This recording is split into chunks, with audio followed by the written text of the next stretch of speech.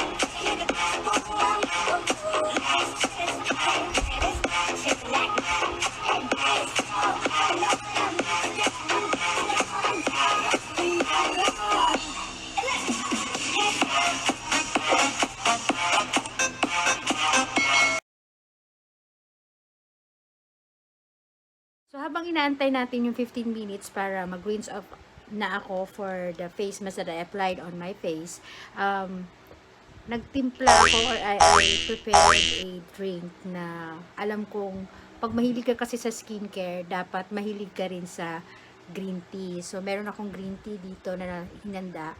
So, at any time na gusto kong mag-skincare, ganon, kailangan meron kang drinks din. So, ang green tea kasi, it's really hydrating sa ating skin and it's also antioxidant.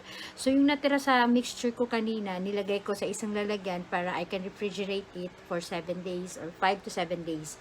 So, nilagay ko siya sa isang lalagyan. Ito na yon. Wow! Wow! So, pwede ko siyang gamitin bukas or the following day para i-apply na naman natin ulit. Ganon.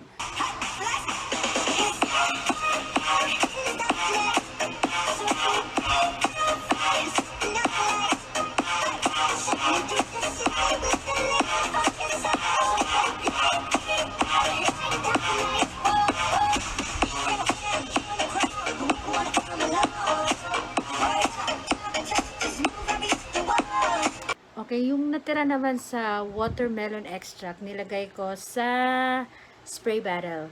So, ito yung nakita ko siya kasing empty, and then I clean it up and then I sterilize it. So, yung extract, pwede mo siyang gawing hydrating face mist or face spray. It has a cooling effect aside from hydrating properties. Yan, ayan na. Diba? Ang ganda niya.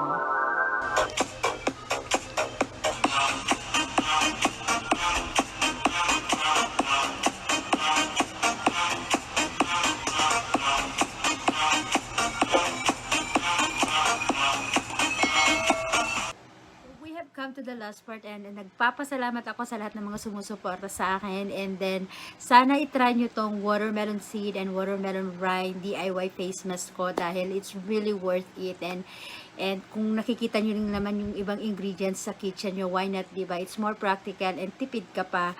So maraming salamat and enjoy the face mask. Bye!